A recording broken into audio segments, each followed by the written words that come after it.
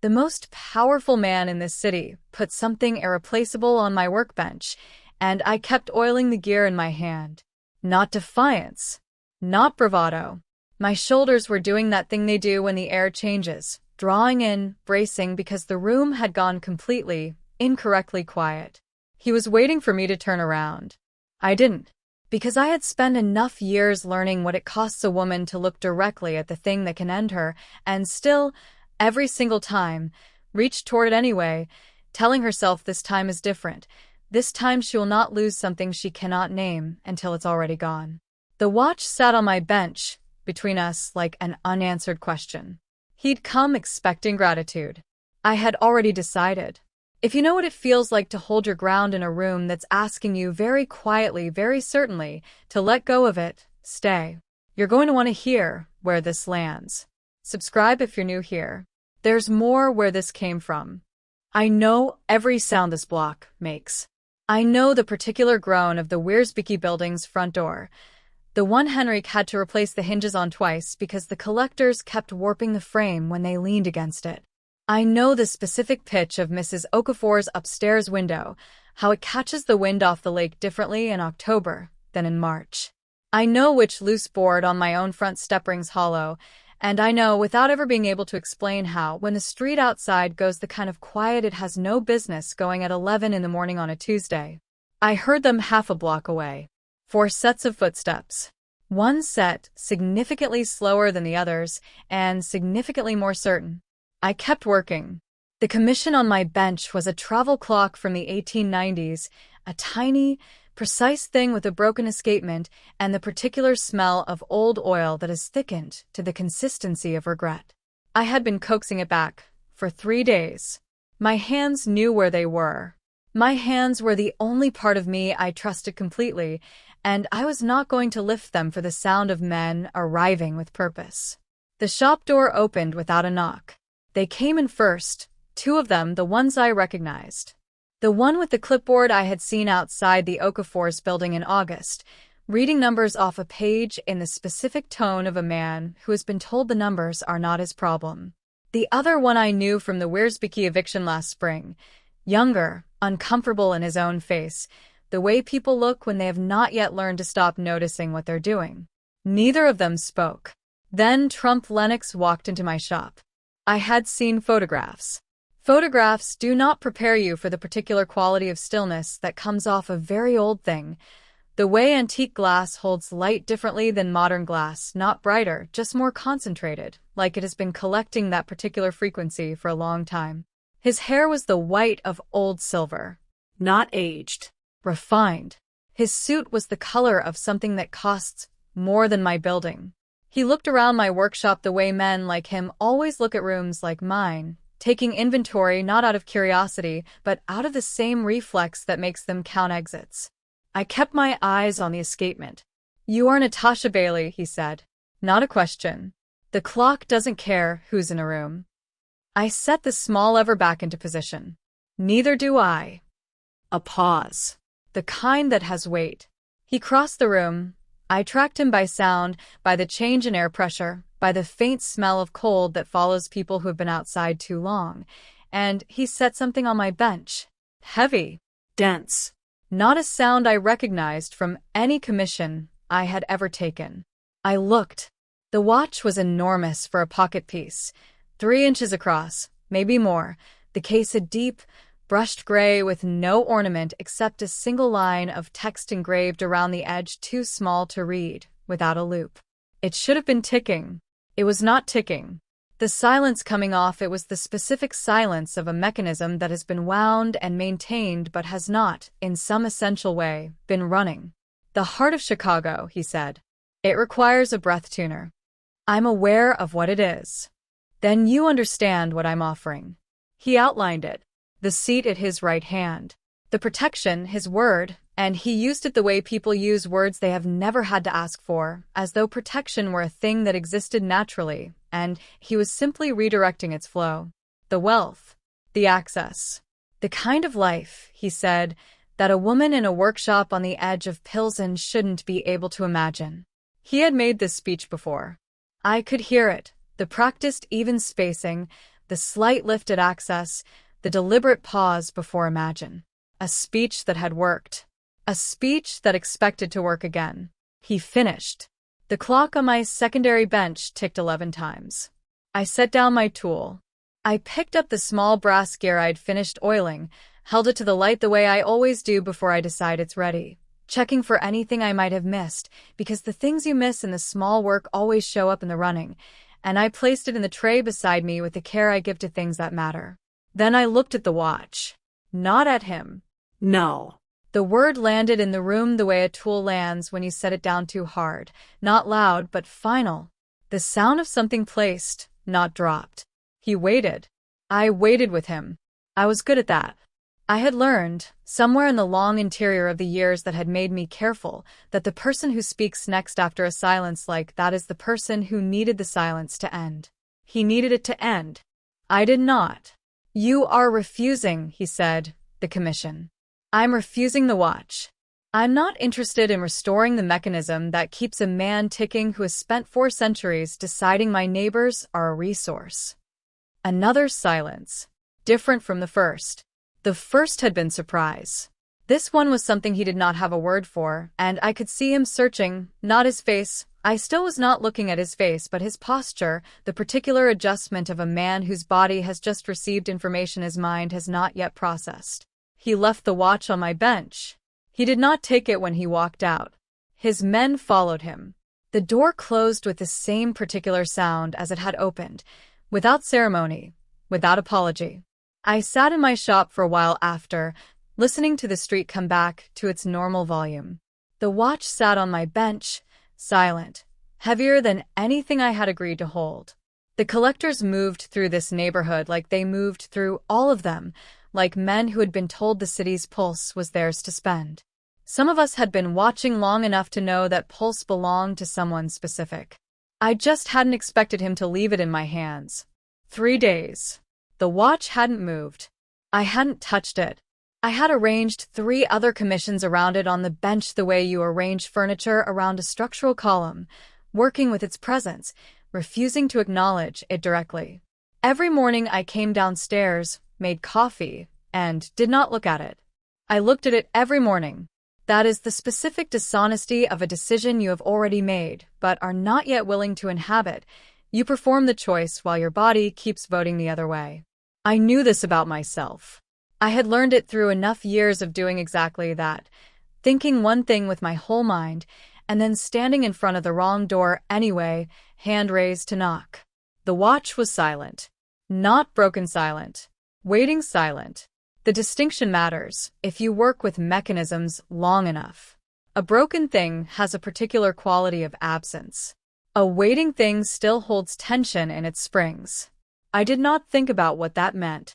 Rosario called at 8:15 on the 3rd morning, which meant it was bad. She does not call before 10 unless something has already gone wrong, and she has spent an hour deciding whether to tell me. Second notice, she said. Her voice had that particular flatness that arrives after the first wave of fear has passed and left something harder behind. Noncompliance with the district agreement. There is no district agreement. There is now. Dated 6 weeks ago. Filed without a public hearing. A pause. They want a response within 48 hours, or the lease goes to review. I was already reaching for my coat. The collection office was on the ground floor of a building on Halsted that used to be a bakery. You could still smell it faintly. Old yeast, sugar that had burned into the walls over decades, under the fluorescent lighting and the particular chemical scent of new carpet installed over old grief. A woman behind a desk looked at us with the practiced neutrality of someone who has been trained to hear things without recording them. Rosario had her paperwork. Every document, organized by date, in a folder she'd been keeping since the first notice arrived 8 months ago. The kind of folder a woman builds when she knows she's going to need it and is hoping she won't. The woman behind the desk looked at the folder, looked at her screen. Then she said very evenly that she couldn't process appeals for accounts flagged under the revised agreement without supervisor authorization, and the supervisor was unavailable, and we were welcome to submit a written request, which would be reviewed within 30 business days. Rosario asked when the supervisor would be available. The woman said she couldn't confirm that. Asked for the supervisor's name. The woman said she wasn't authorized to provide contact information for individual staff members. We stood there for a moment, Rosario and I, in that particular quality of silence that accumulates when you have just been told nothing, efficiently and at length. Her hand was on my arm. I could feel how steady she was keeping it, the conscious effort of that steadiness, the thing underneath it that was not steady at all. We left. Outside, the October air tasted like exhaust and the first cold coming off the lake. Rosario did not say anything. Neither did I. There was nothing to say that the folder in her hands hadn't already said more precisely. I walked her home. We had soup. She told me a story about her sister's second husband that made me laugh despite myself, the way she always could, landing a sentence at the exact angle required to find the opening in whatever had sealed itself shut. When I left, she squeezed my hand at the door with the grip of a woman who learned to solder at 62 because she was not willing to need anyone for the small things anymore. I thought about that grip the whole walk back. The card was on the floor of my workshop when I got home, slid under the door with the particular precision of someone who doesn't leave things places by accident. No envelope. Cream-colored stock. Heavy, the kind that feels like a decision. An address on Michigan Avenue. One line beneath it, handwritten in a script that was controlled without being decorative. You were not wrong to refuse. I am not accustomed to being right about that. I read it twice. Set it face down on the bench, beside the watch that was not mine, and not moving. Picked it up again. I told myself, on the 40-minute drive up Michigan Avenue, that I was going because of Rosario. That was true. It was also not the whole truth, and I was old enough to know the difference, which did not stop me from repeating it twice more before I pulled over and sat in the car for 3 minutes staring at the building across the street. You get to a point in your life where you stop pretending that the things you do are purely practical. The practicality is real. The other thing is also real. Holding both is not weakness.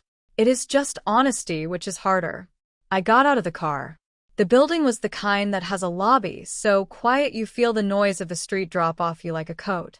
A man at the desk set me up without calling ahead, which meant I'd been expected, which meant he had been watching for me, and I filed that information away in the part of my mind that handles things I am not ready to feel yet. The door at the end of the hall was open. He was alone. That was the first thing, the specific surprise of it, because men like him are never alone. They arrive with entourages and leave the same way. They use witnesses as armor. He was sitting at a long table covered in maps. Not digital. Paper. Old paper. Some of it, the kind that has been unfolded and refolded so many times the creases have gone soft. Chicago in layers, neighborhood boundaries, transit lines, district designations going back decades. A glass of something dark sat near his right hand, nearly untouched. He was staring at a section of the wall above the maps with the expression of a man who has just reread a sentence that has always said one thing and has only now, in this particular light, revealed that it says another. He did not look like power when he was alone. He looked like the aftermath of it. You've stayed this far. That means you felt something in that room, that moment when I walked in ready to fight and found something I wasn't prepared for. Don't leave yet. What comes next is the part that changes everything, for him and maybe quietly for me. If you're not subscribed yet, do it now. These stories are easy to lose if you let them slip. He didn't stand when I walked in. He didn't reach for the authority he'd worn like a second skin in my workshop 3 days ago. He just watched me cross the room, still, measuring, the way very old things watch movement, with more patience than curiosity. I did not sit down. One of your collectors, I said, is going to lose his position by morning. Or I walk out of here, and the heart sits on my bench until it stops. I did not know if that was a real threat. I did not know, with certainty, that the watch mirrored his pulse. It was a story people told, the way people tell stories about powerful things to make sense of why the powerful keep them close. What I knew was that he had left it in my possession. What I knew was that a man who had never made a mistake in 400 years had walked out of my shop without the one thing he had come to retrieve. He was not certain either. That was the bet. The silence that followed had a different texture than the ones before it. Not the silence of a man composing his response. The silence of a man deciding something he could not undecide. Which collector? Not a question. 2 words, flat and final. The way you say a thing when the answer is going to require action and you want to waste nothing between the hearing and the doing. I gave him the name. The one with the clipboard. The practiced smile. He stood, moved to the far side of the room, and made a call I could not hear. His back was to me. The maps on the table caught the lamplight. All those layers of the city I had walked my whole life, reduced here to paper and ink and property lines, arranged by a man who had owned them so long he had stopped seeing them as places where people lived and started seeing them as a mechanism to be managed.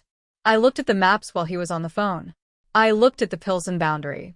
The block where Rosario's building sat, outlined in red under a designation I didn't recognize. He came back into the room. The set of his shoulders was different. Not softer. That is not the right word. More considered. The posture of a man who has done something he has no muscle memory for and is standing very carefully inside the unfamiliarity of it, trying to take its measure. He didn't tell me what he'd said. I didn't ask. We were both standing in a room full of maps of a city that had made us, in entirely different ways, into the people we were, and neither of us reached for the obvious thing to say next. He said, "How long have you been in Pilsen?" Not how long have you lived there. How long have you been in it? The phrasing of someone who understands that a place is not just an address, that being in something is different from occupying it. I told him, 22 years. Since I was 15 and my mother moved us into a 3rd-floor walk-up above a print shop that smelled permanently of ink and warm metal, which is still my favorite smell in the world and probably always will be. He was quiet, not filling the space with a response, actually quiet in the way that means the words are still being received rather than catalogued and replied to. So I kept going. I told him about the block, about Henrik Wiersbecke's shop, which had been there for 30 years and carried tools you could not find anywhere else in the city, and which now stood half-empty because the revised agreement had reclassified it as a commercial property above its assessed threshold. I told him about the Okafor's building, the specific way the family had organized the front stoop in summer, chairs arranged just so, the grandmother always in the corner with the best angle on the street, and how the chairs hadn't been out since August. I was not asking him to care.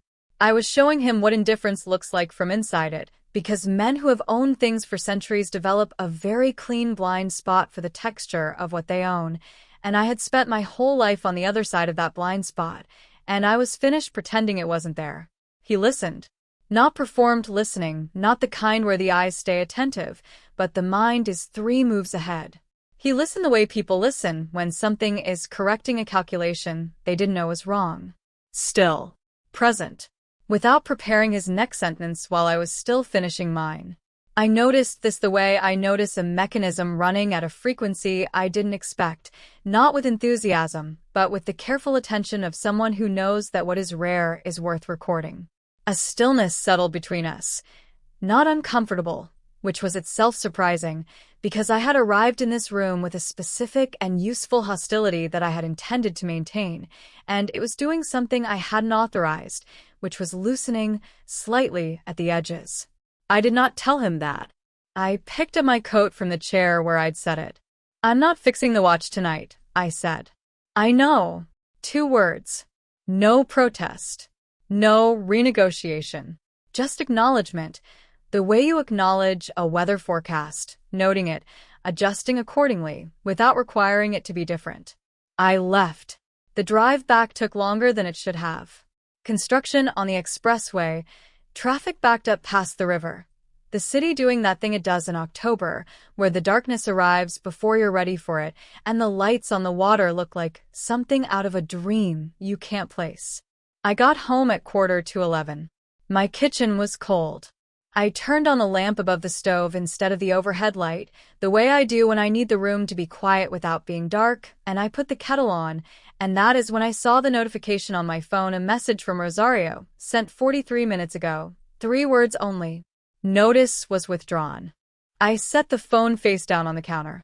I stood there with my hand resting flat on the tile, the kettle beginning its low preliminary sound behind me, and I did not move for a long time.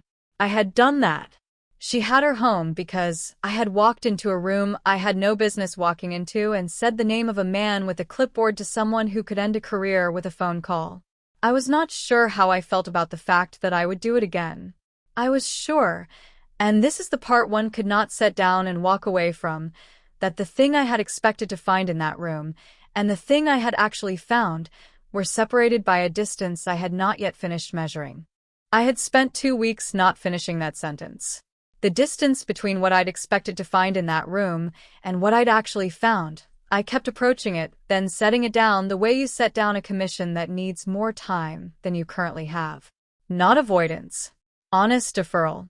Some measurements require the right instrument, and I hadn't located mine yet. The watch was still on my bench.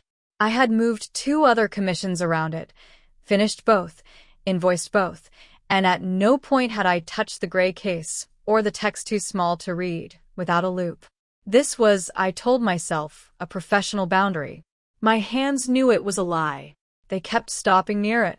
The knock came on a Tuesday morning in November, while I was reattaching the bezel on a mantel clock and the radiator was making its early winter sound.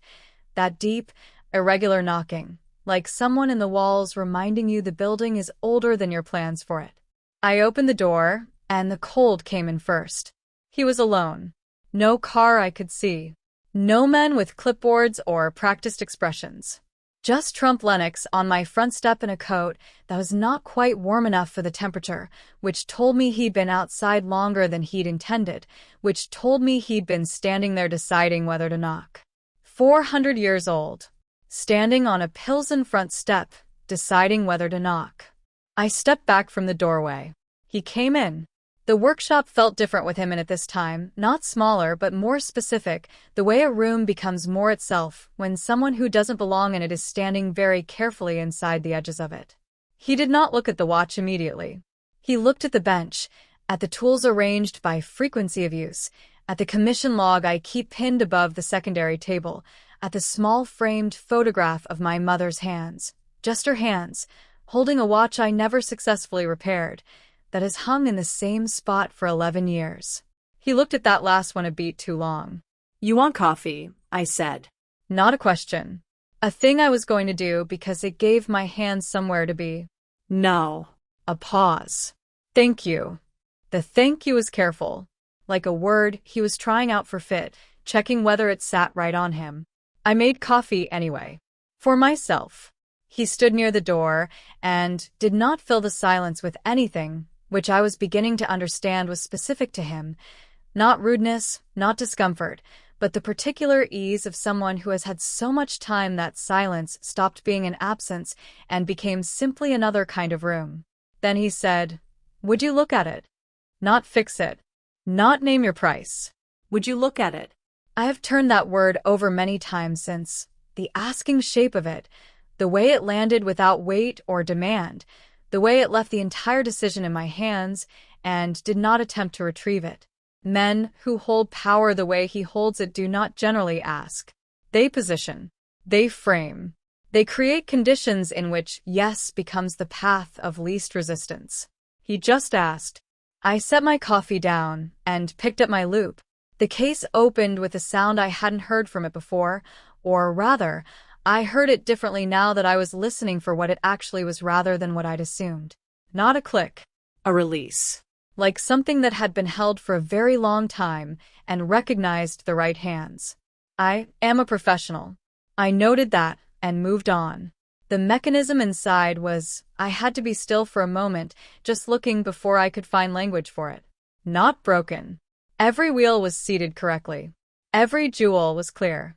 The mainspring held tension I would have expected from a peace service last month, not one that had been running for 4 centuries. Whatever maintained this watch, it was not neglect.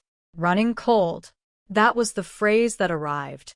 Every component doing its function with complete correctness, and none of it, not a single gear, not one oscillating wheel, carrying the small inconsistencies that come from a mechanism that has been lived in. Thermal variation. The micro-adjustments of a case that has been set down and picked up and carried through weather and argument and grief. This watch had been maintained so perfectly that it had been, in the most precise sense, preserved. Preserved things do not run. They endure. I said this aloud. Not the whole thought, the core of it, that the mechanism was functioning without variance, and that variance was not a flaw, it was evidence of use, and this watch had been kept so carefully that it had never accumulated any. He was very still behind me. Then, no one has ever described it that way. I kept my eyes on the mechanism, because the quality of those words, quiet, undefended, carrying something I wasn't prepared to receive directly, required me to be looking at something else in order to absorb them. The loneliness in this room, I understood then, was not exclusively his. I knew what it was to be well maintained, to function correctly, to have kept yourself so carefully intact for so long that the people looking at you saw only the clean operation and never thought to ask what you had protected yourself from accumulating. I did not say this. What I did, I picked up the finest adjusting tool on my bench, the one I use for work that will not forgive error, and I reset the tension on the impulse spring just slightly, just enough to introduce the possibility of variance without compromising the rate. It took 4 minutes. When I closed the case, the watch sounded different. Not louder. More present, the particular quality of a sound that has stopped performing and started simply being. He took it from the bench, held it for a moment. Then he placed his hand over his jacket, over the pocket where he'd put it, the way a person touches a place on the body where something has changed, checking, without wanting to check, whether the change is real. I watched him do this. I should not have done that, I thought, with complete clarity. That was not a neutral act. That was not the behavior of a woman who has decided. Then I picked up the mantel clock I'd set aside when he knocked, and went back to reattaching the bezel. He stood in my workshop for another minute, maybe 2, without speaking. I worked. The radiator knocked its irregular rhythm in the walls. He left without saying goodbye. The door closed the way it always closes, ordinary, unhurried, no ceremony. I kept working. Some things you cannot take back. I have learned over the years to make that peace quickly and move forward, because the alternative is to stand at the place of the act and look back at it until you've worn a path you didn't intend. The watch was gone from my bench. The space it left was not empty. It had a shape, the specific shape of something that has been present long enough to alter the air around it, so that when it leaves, you feel the room adjusting, very quietly, to its absence. I have a rule about taking credit for things I cannot fully account for. It came from the work, from the early years, when I was still learning that a mechanism repaired without complete understanding of what had broken, it was just a mechanism waiting to break again in the same place. You do not get to claim the fix until you understand the failure. Anything less is luck dressed up as competence, and I had seen enough of that to know how it ends. So when the word started moving through Pilsen, that low, careful frequency of people who have learned to read the city before it reads them, I listened. I did not announce anything. I did not call Rosario with news. I kept my hands on my work, and I waited to see if what I was hearing would hold. It held. The district agreement revision came through official channels the second week of November, posted to the city records database at 7 in the morning on a Wednesday, which is the hour when things get filed that someone hopes will be processed before anyone notices them. Only this one, for the first time in 3 years of watching these documents arrive, looked like a correction rather than an extraction. Assessment thresholds restored to the 2019 baseline. The reclassification that had flagged Henrique's shop reversed. 3 properties on Rosario's block returned to their previous designation without condition or repayment requirement. The collector with the practice smile was reassigned to a district on the far north side, according to the notice posted in the collection office window. I walked past that window on a Thursday afternoon and stopped long enough to read it twice. Then I kept walking because standing there any longer would have required me to decide what I was feeling, and I was not ready to do that in public. The second reassignment came the following week. Then a third, quieter, no posted notice, just an absence where there had been a presence, which Pilsen registered the way it registers all removals, by the gradual return of small behaviors that had gone dormant.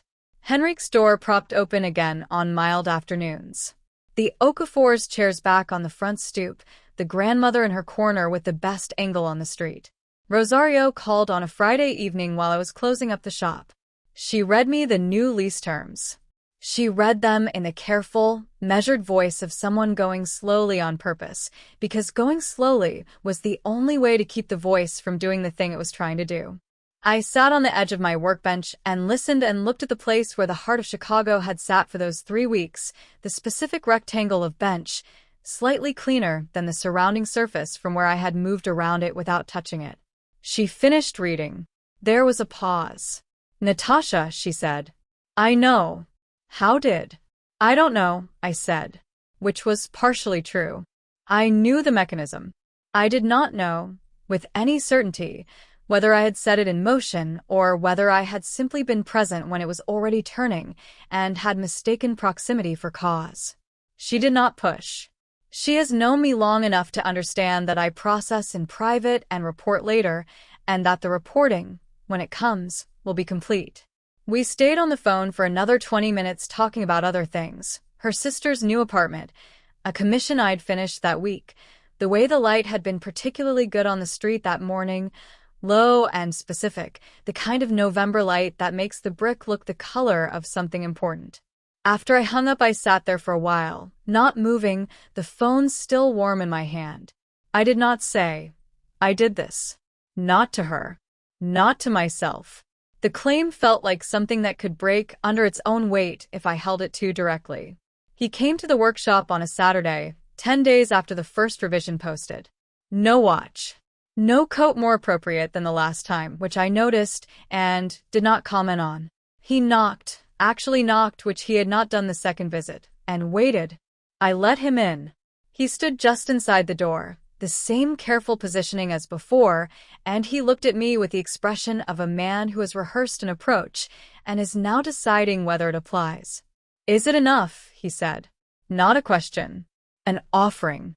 The distinction is in the delivery. A question wants an answer. An offering waits to see if it will be received." I looked at him the way I look at a mechanism I have been studying for weeks without opening, tracking the surface behavior, the rate, the small tells that reveal what is happening inside before you ever touch the case. He was standing differently than he had the first time he walked into the shop. Not smaller, more deliberate. The difference between a man who occupies space because he has always been permitted to and a man who is choosing, consciously, how much space he takes. That is not a small difference. "Ask me again," I said, "when it's been 6 months." He nodded. Once. Steady. And then he left, without negotiating the timeline, without asking what 6 months would prove or what I would be measuring. He accepted the terms the way you accept the terms of a piece of work that is beyond your expertise, trusting that the standard being applied is real, even if you cannot read it yourself. The door closed. I stood in the middle of my workshop in the particular quality of Saturday afternoon light that comes through my west window and falls across the bench at an angle that makes everything look like it has been considered, placed there intentionally, each tool and commission an oil-stained cloth part of a composition someone thought through. I have worked in this room for 15 years. I sat down in my own chair. This sounds simple. It was not simple. I have a habit, learned over years of being a woman running a business in a neighborhood that required vigilance, of moving through my own space rather than resting in it, always at the bench, always in transit between tasks, always with a reason to be upright. Sitting down in that chair, in the middle of a Saturday afternoon, with no commission in front of me and no task justifying the stillness, was the kind of thing I had not done in longer than I could accurately recall. I sat there, and I felt the weight of the last 2 months settle into me the way cold settles into a building at the end of autumn, not all at once, but finding every gap, every place where the insulation had thinned. Something had been given to me that I did not yet have a name for. I was already measuring for it. I knew the shape of it the way I know the shape of a repair before I've opened the case, by what is missing from the sound, by the quality of the silence where something should be running. I was not sure when I had started wanting it. I was sure, sitting in my own chair, in my own shop, in the low light of a Saturday, I had not expected to feel like this, that I had stopped pretending I didn't. 6 months is long enough to know whether something is real. I have worked with mechanisms my whole adult life, and the one thing they teach you, the thing no book states directly but every broken commission eventually demonstrates, is that duration is the only test that cannot be faked. You can fake a clean repair. You can fake a steady rate. What you cannot fake is 6 months of consistent running under real conditions. Temperature changes, handling, the accumulated small pressures of being carried through an actual life. Either the work holds, or it reveals itself. There is no third outcome. The neighborhood breathed differently. Not healed. I want to be precise about that because healed implies a return to something prior, and what had been prior was not good enough to be the destination. Different. The Okafor's chairs had been on the stoop since April. Henrik had rehired the young woman he'd let go in January, and I could hear her laugh through the shared wall on mornings when the window was cracked. Rosario had started leaving her window open again, the one that faces the street, the one she had kept shut since August of the previous year. That was the measure I used. Rosario's window. It was open on the morning he came back. I heard him knock and I knew it was him before I reached the door, not by any sound particular to him, but by the quality of the waiting. Some people knock and fill the space after it with their own impatience. He had learned over these months to knock and then simply be present on the other side, without crowding the interval. I opened the door. May light came in around him, the particular brightness of a Chicago morning that has finally decided it means it, and he looked, I will be precise about this too, like a man who had spent 6 months doing something difficult and was not certain yet what it had cost him, but was standing in the accounting of it without flinching. No watch visible. No entourage. Code appropriate for the temperature, which I noticed, and which meant something I did not immediately catalog. Come in, I said. He did not ask about the watch. He asked about the commission I had been fighting with for 3 weeks, a bracket clock, mid-19th century, with a striking mechanism that had been incorrectly serviced at some point in the previous decade, and was now running fast in a way that resisted every standard correction. He asked about the specific gear I had described to Rosario on the phone, the one I suspected had been replaced with an imprecise reproduction, using the same phrase I had used, imprecise reproduction. I went very still. That was a private conversation. I know.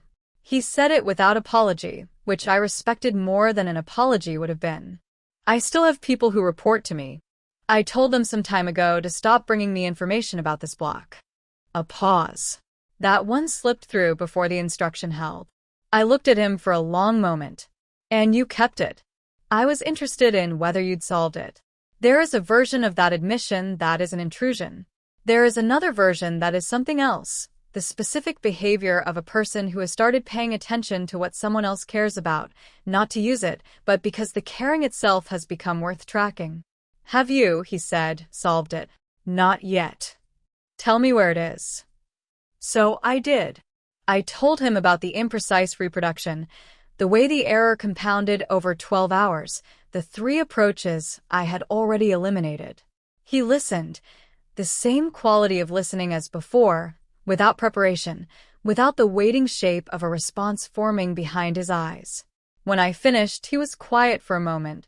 Then he said the name of a parts restorer in Geneva he had used for a commission in 1987, a man now in his 80s whose son had taken over the practice, and suggested that a hand-filed replacement will might resolve what a machined one could not.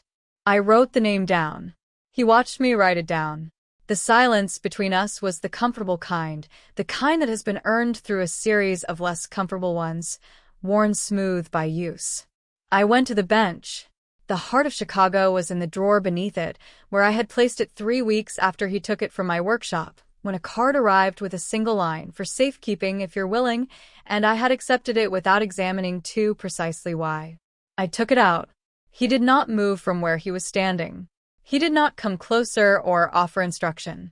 He stood at the edge of the room the way he had learned to stand in this space, present without pressing, and he watched me work. I worked unhurried. This was not a performance of calm. It was actual calm, the kind that comes when you are doing the thing your hands were made for, and the room around you has the right quality of quiet. I opened the case. I examined the mechanism. It had been running differently since the adjustment in November. The variance I had introduced now settled into a rhythm that was genuinely its own, the rate no longer perfect but alive in the way that imperfect things are alive. I made 3 small corrections. I regulated the mainspring to the new rate rather than the old one, because the old rate was no longer accurate to what the watch had become. It took 40 minutes. When I closed the case, the sound was full. Warm. The specific quality of a mechanism that has stopped being maintained and started being inhabited, carrying within it now the record of November cold and 6 months of a man learning to do something he had never been taught.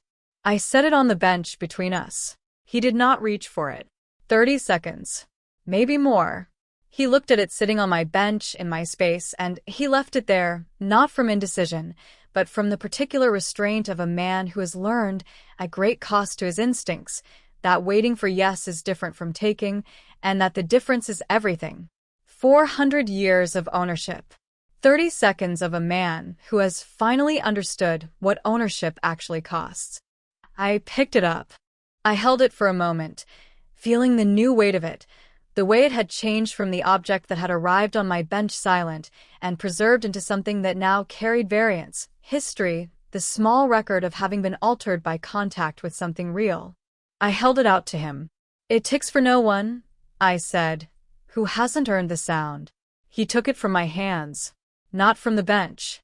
From my hands, the specific transfer of a thing given freely, received without entitlement, the first time in 4 centuries that something belonging to him had arrived that way. His fingers were cold. The watch was warm from my palms. He held it and did not speak, and I did not fill the silence, because some things do not need language, and this was one of them. This quiet, this workshop, this morning in May with Rosario's window open down the block and the particular sound of a mechanism finally running at the rate it had actually earned. I turned back to the bracket clock. He stayed for a while longer. Neither of us said anything else, and nothing else needed to be said, and that, the sufficiency of it, the completeness, was the thing I had stopped believing in and had now been given back, not as a gift, but as the result of 2 people doing the slow, difficult work of becoming worth it. If this story found you at the right moment, if you recognized something in a woman who kept her hands steady while everything around her asked her to fold, there are others. Women in this city who are still in the earlier chapters. Some of them don't get what she got. Some of them are still standing at the workbench, still deciding. Those stories are here too if you want to stay for them. Subscribe. Come back. This is where we keep the ones worth telling.